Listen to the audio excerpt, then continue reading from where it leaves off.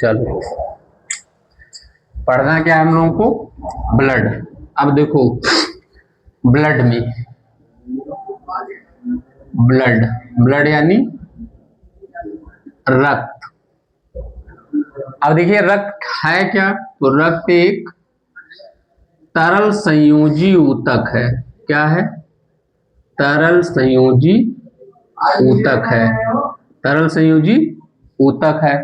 मतलब क्या कि ब्लड लिक्विड में होता है। संयोजी ऊतक का मतलब क्या कि ये एक दूसरे अंग को आपस में जोड़ने का काम करता है। जैसे मान लीजिए कि कोई भी, जैसे लंग है, हार्ट है, कोई भी आर्गन है, तो सबको आपस में कौन जोड़ता है, रक्त। क्योंकि रक्त शरीर में हर जगह पाया जाता है, इसीलिए रक्त को हम लोग क्या बोलते हैं, तरल संयोजी ऊतक।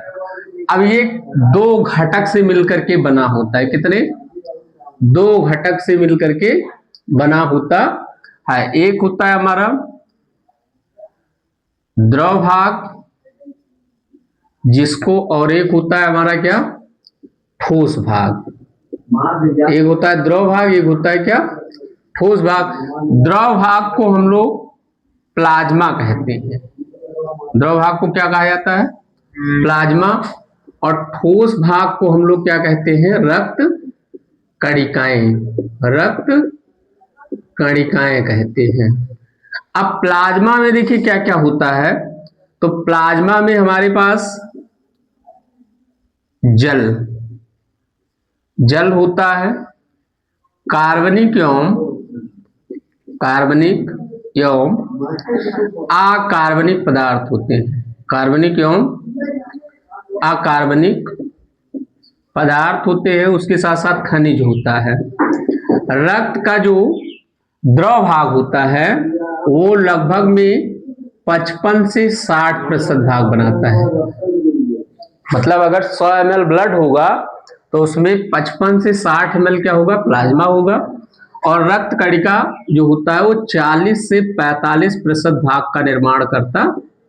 मतलब जो रक्त कणिकाएं होंगी, जैसे मान लीजिए 100 ml अगर ब्लड है तो उसमें से 55 से 60 ml क्या हो जाएगा, हमारा प्लाज्मा हो जाएगा, और शेष जो बचेगा वो रक्त कणिकाएं हो जाएंगी।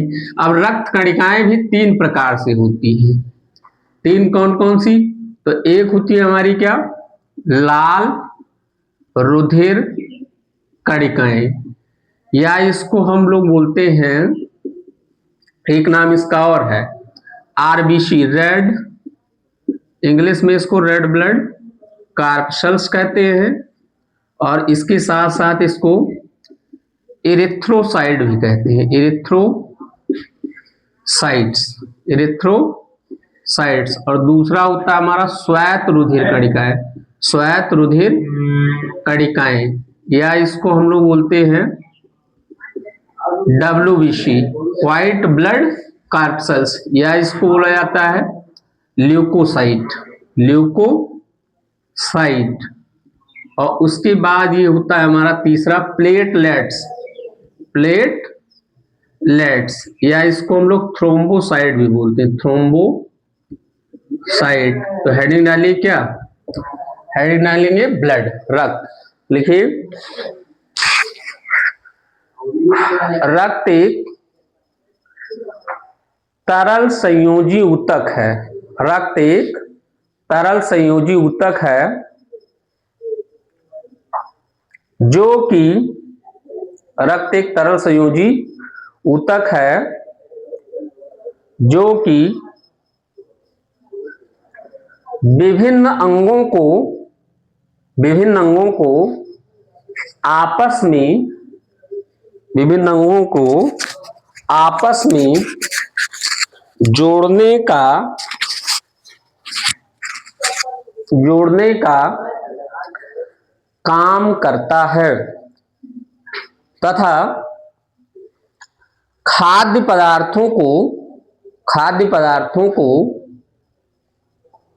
एवं गैसों का आदान प्रदान करने में सहायता प्रदान करता है, करने में सहायता प्रदान करता है। अब इसको ऐसे थोड़ा सा बना लीजिए, आदान प्रदान करने में, आदान प्रदान करने में सहायता प्रदान, क्या लिखिए, काम करता है तथा खाद्य पदार्थों एवं गैसों के आदान प्रदान में सहायता करता है। इसको बना लीजिए।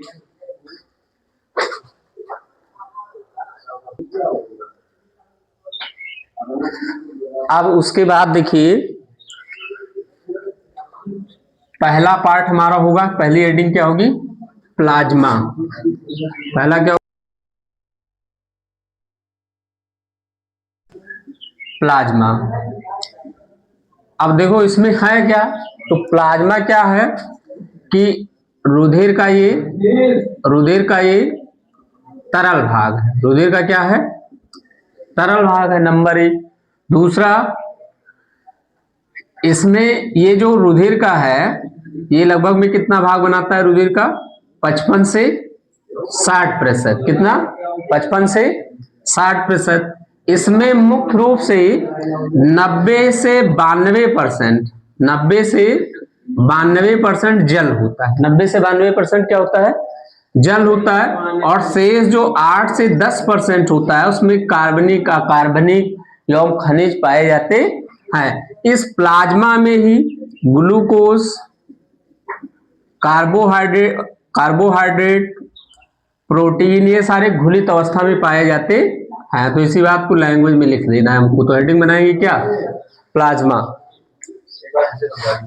तो लिखिए, पहले लिख लो, लिखिए प्लाज्मा रुधिर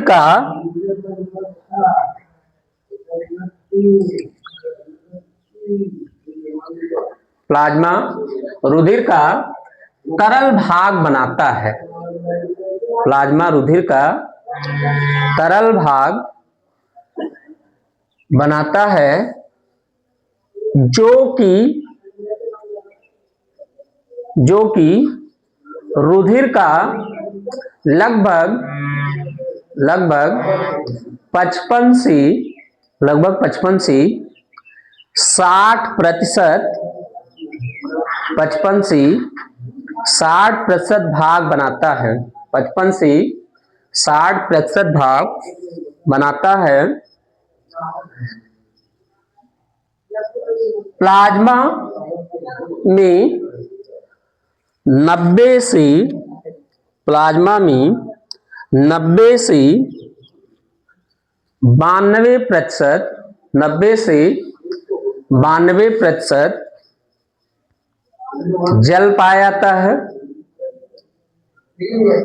तथा शेष 8 से 10%, शेष 8 से 10%, 8 से 10% कार्बनिक, अकार्बनिक यौगिक पाए जाते हैं। कार्बनिक, अकार्बनिक यौगिक पाए जाते हैं।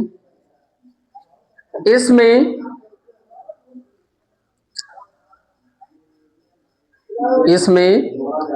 ग्लूकोज, अमीनो अम्ल,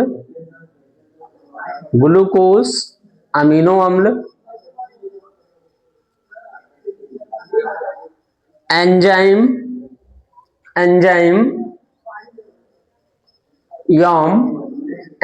एवं प्रतिरक्षी पदार्थ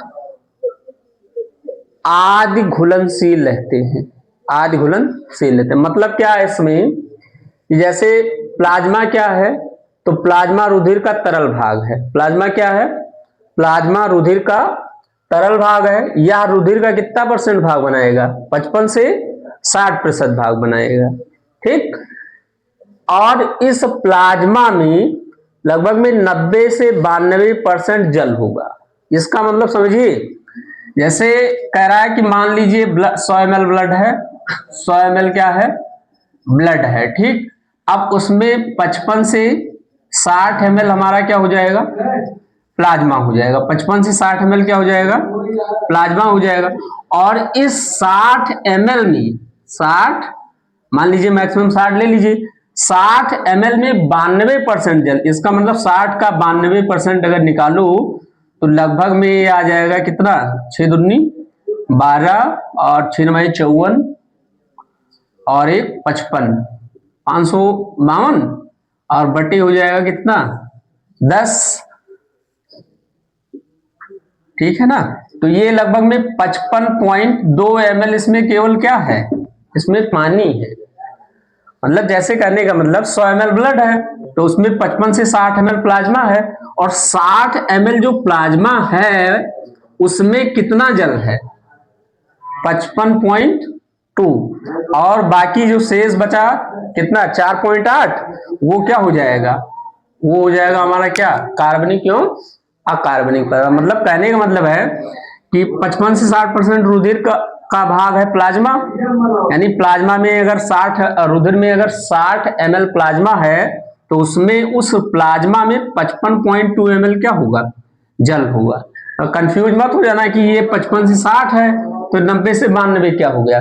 मतलब कहने का मतलब है कि प्लाज्मा रुधिर का 55 से 60% भाग बनाता है, और जो प्लाज्मा है उसका 90 से 92% उसमें जल होता है, और जो 8 से 10% होते हैं उसमें कार्बनिक अकार्बनिक पदार्थ जैसे ग्लूकोज, एमिनो अम्ल, एंजाइम, उत्सर्जी पदार्थ, प्रतिरक्षी पदार्थ आदि पाए जाते हैं। उसके बाद दूसरा लिखेंगे रक्त कणिकाएं या रुधिर कणिकाएं। दूसरा क्या लिखेंगे, रुधिर कणिकाएं, रुधिर कणिकाएं, blood corpuscles, blood corpuscles, blood corpuscles लिखिए। देखो इसमें क्या है, अब प्लाज्मा एक घटक क्या था, प्लाज्मा, और दूसरा घटक क्या है, रुधिर कणिकाएं। तो प्लाज्मा बनाता है 55 से 60% और रुधिर कणिका बनाएगा रुधिर का कितना, 40 से 45%। मतलब रुधिर का जो 40 से 45% भाग होता है वो कौन बनाता है, रुधिर कणिकाएं। मतलब अगर 100 यूनिट मान लिया जाए, 100 यूनिट माने तो उसमें क्या होगा, 55 से 60 हो जाएगा क्या, प्लाज्मा, और जो बचा 40 से 45 वो हो जाएगा क्या, ब्लड कार्पसल्स हो जाएगा। अब इसमें कितने घटक हैं, इसके 3 पार्ट हैं, आरबीसी, डब्ल्यूबीसी और प्लेटलेट्स। तो लिखिए रुधिर का 40 से 45% भाग, रुधिर का 40 से 45% भाग रुधिर कणिकाओं के द्वारा बनाया जाता है, बनाया जाता है।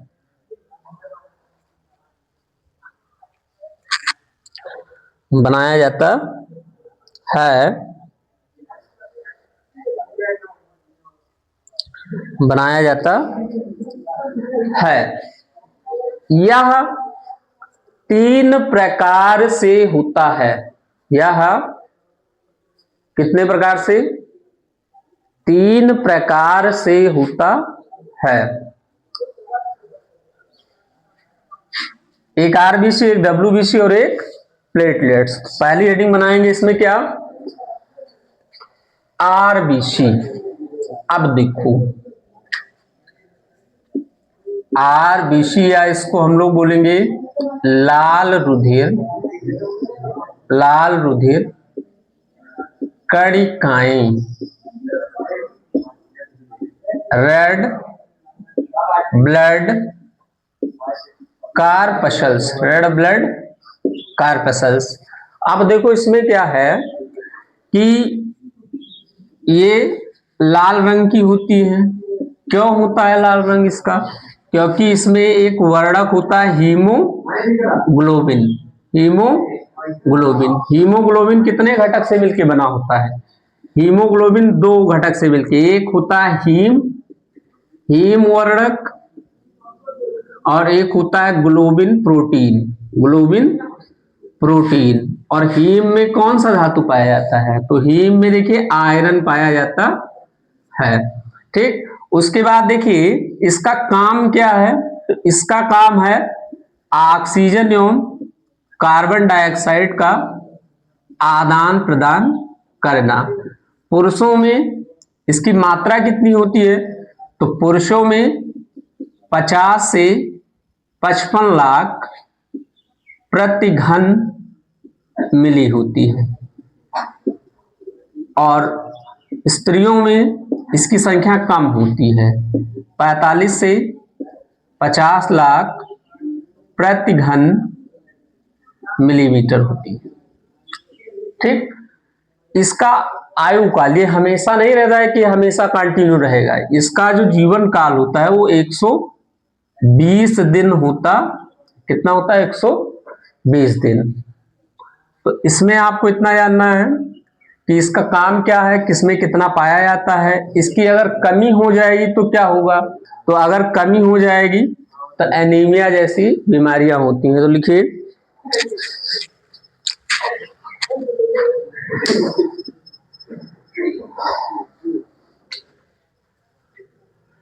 लेकिन लाल रुधिर कणिका को इरिथ्रोसाइट के नाम से भी जाना जाता है।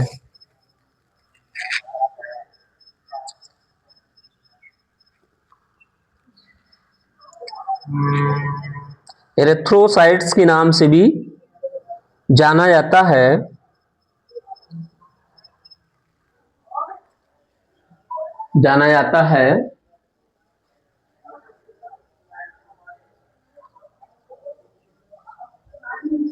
इनका जीवन काल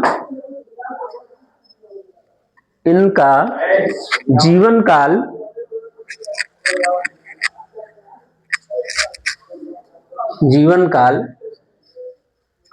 120 दिन होता है। इनका जीवन काल 120 दिन होता है। 120 दिन होता है। इनमें हीमोग्लोबिन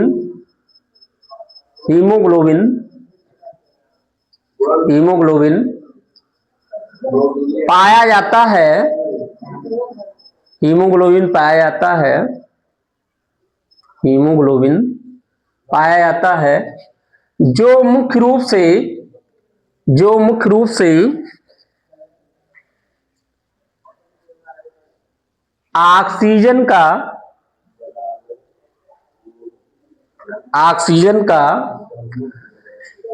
स्थानांतरण करने में सहायता प्रदान करता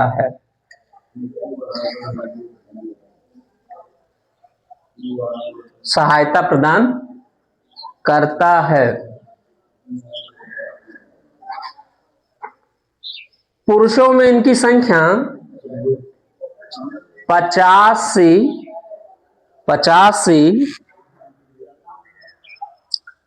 55 लाख प्रति घन मिलीलीटर होती है। प्रति घन मिलीलीटर होती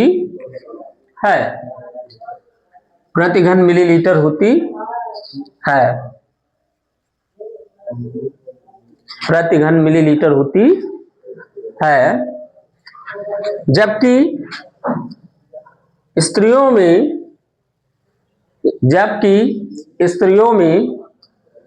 45 से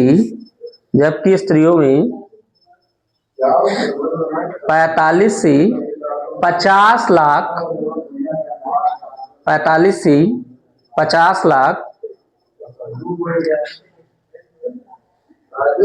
प्रति घन मिलीलीटर होती है।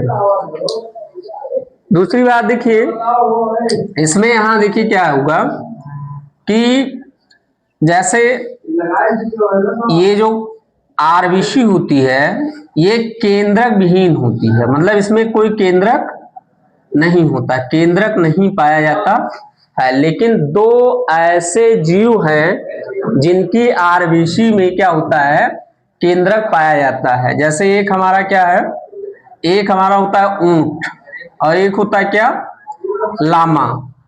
ऊंट और लामा दो ऐसे प्राणी हैं जिनके क्या होता है कि ब्लड में आरबीसी पाया जाता है, मतलब केंद्रक पाया जाता है। करो ठीक।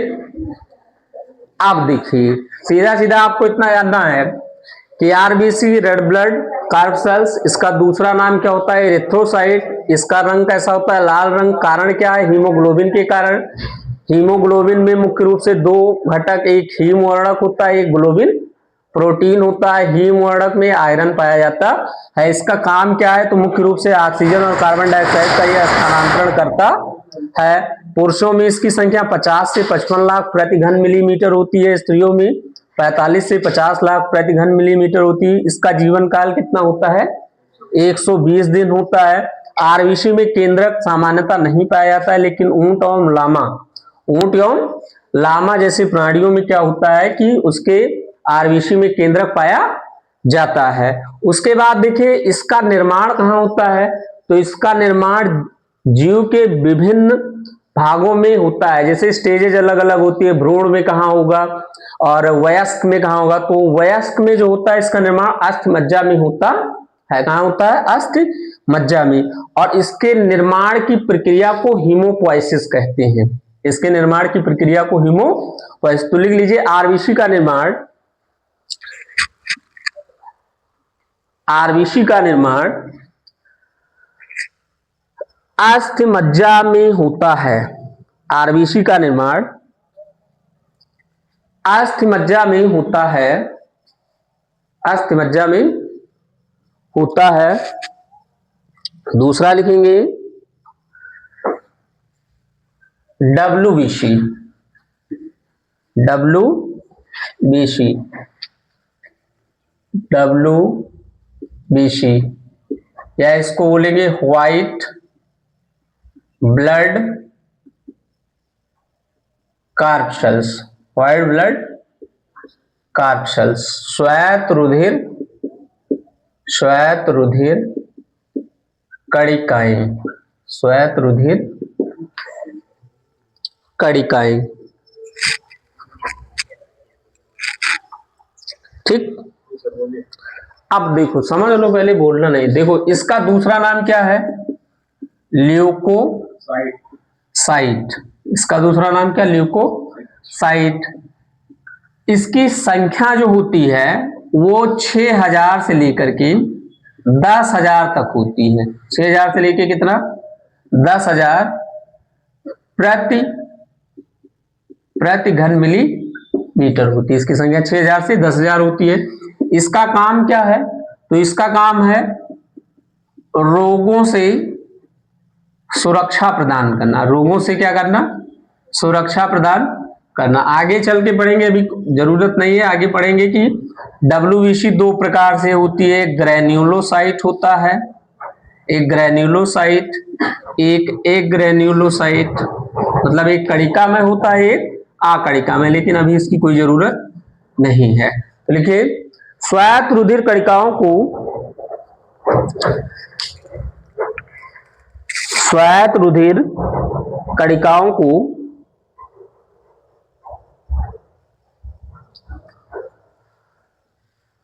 श्वेत रुधिर कणिकाओं को ल्यूकोसाइट के नाम से भी जाना जाता है। ल्यूकोसाइट, ल्यूकोसाइट के नाम से भी जाना जाता है।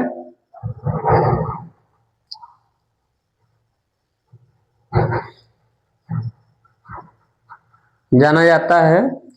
दूसरी बात देखिए, ये अच्छा आरबीसी में सामान्यतः केंद्रक नहीं पाया जाता है, लेकिन इनमें केंद्रक पाया जाता है। तो लिखिए ये केंद्रक युक्त, ये केंद्रक युक्त, केंद्रक युक्त, केंद्रक युक्त, केंद्रक युक्त रंगहीन एवं अनियमित आकार की रंगहीन एवं अनियमित आकार की कोशिकाएं होती हैं। अनियमित आकार की कोशिकाएं होती हैं। अनियमित आकार की कोशिकाएं होती हैं। इनकी संख्या 6000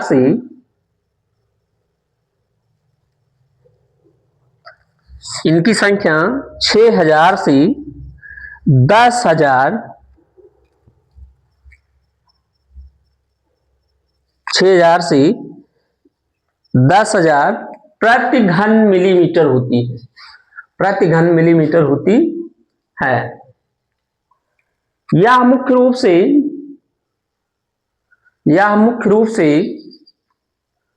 रोगों से लड़ने में सहायता प्रदान करता है।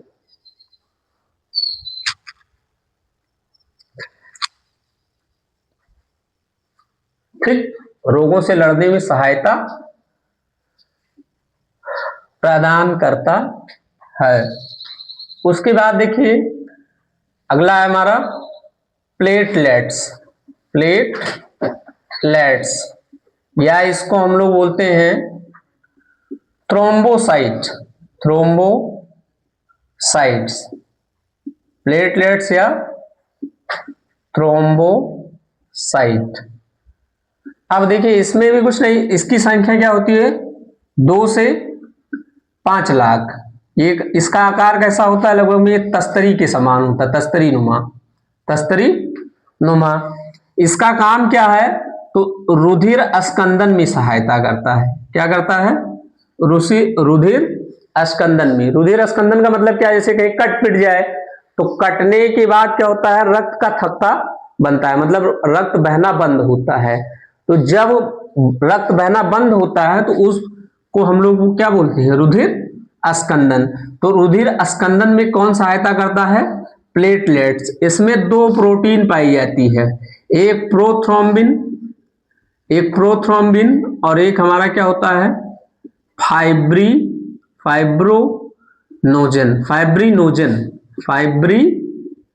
2 प्रोटीन पाया जाता है जो रक्त के थक्का जमाने में सहायता प्रदान करता है। तो लिखेंगे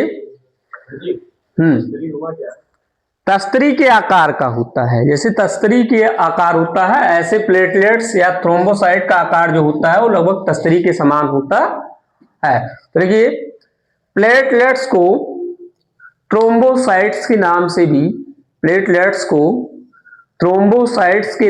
भी जाना जाता है।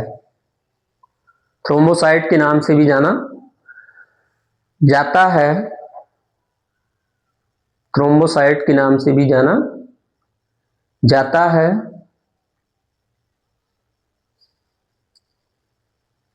इसकी संख्या 2 से 5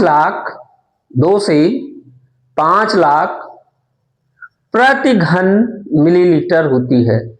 2 से 5 लाख प्रति घन मिलीलीटर होती है। यह मुख्य रूप से रक्त के अस्कंदन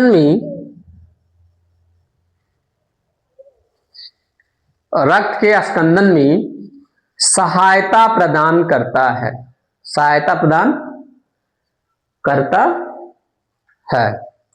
इसके बाद हम लोगों को देखना है क्या, कि रुधिर के क्या कार्य हैं। रुधिर के कार्य, तो हेडिंग बनाएंगे हम लोग क्या, रुधिर के कार्य। रुधिर के कार्य यानी फंक्शन ऑफ ब्लड। बनाओ, डालो हेडिंग।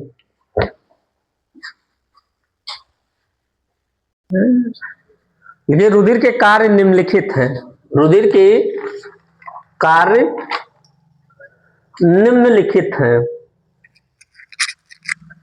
तो देखो इसमें ज्यादा लैंग्वेज अपने आप बना के वहां लिख सकते हैं। पहला काम क्या कि रुधिर रुधिर गैसों का आदान प्रदान करता है। गैसों का क्या करता है? आदान प्रदान करता है। ठीक, इसका मतलब क्या है कि देखिए जैसे हम लोग सांस लेते हैं तो सांस लेने के दौरान क्या होगा कि सांस फेफड़े में जाएगा, फिर फेफड़े में क्या होगा कि फेफड़े के अंदर एलोली होती है, यानी छोटी छोटी कोशिकाएं होती है जिसे एलोली कहते हैं।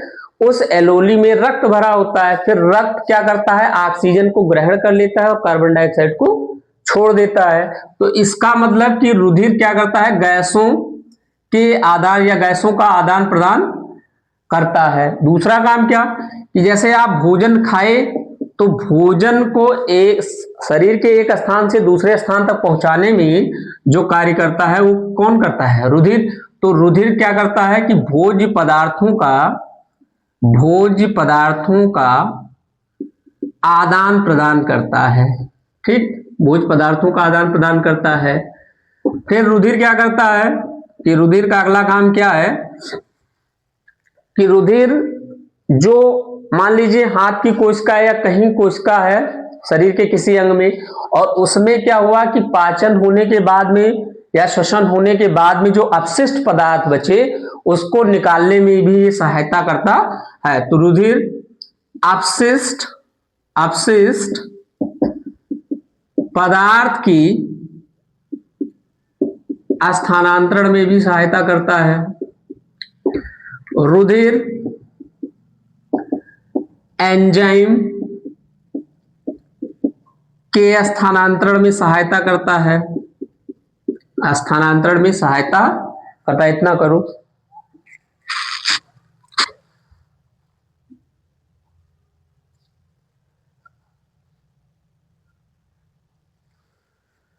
और एक सबसे महत्वपूर्ण काम, रुधिर होमियोस्टैसिस या समस्थैतिकता होमियोस्टैसिस समस्थैतिकता, इसका मतलब होता है कि शरीर का तापमान संतुलित बनाए रखने में सहायता प्रदान करता है।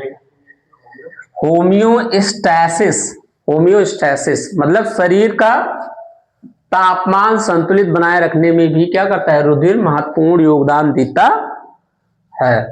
तो ये 4-5 इसके महत्वपूर्ण कार्य हैं। उसके बाद हम लोगों को पढ़ना है मनुष्य में रुधिर परिसंचरण। मनुष्य में रुधिर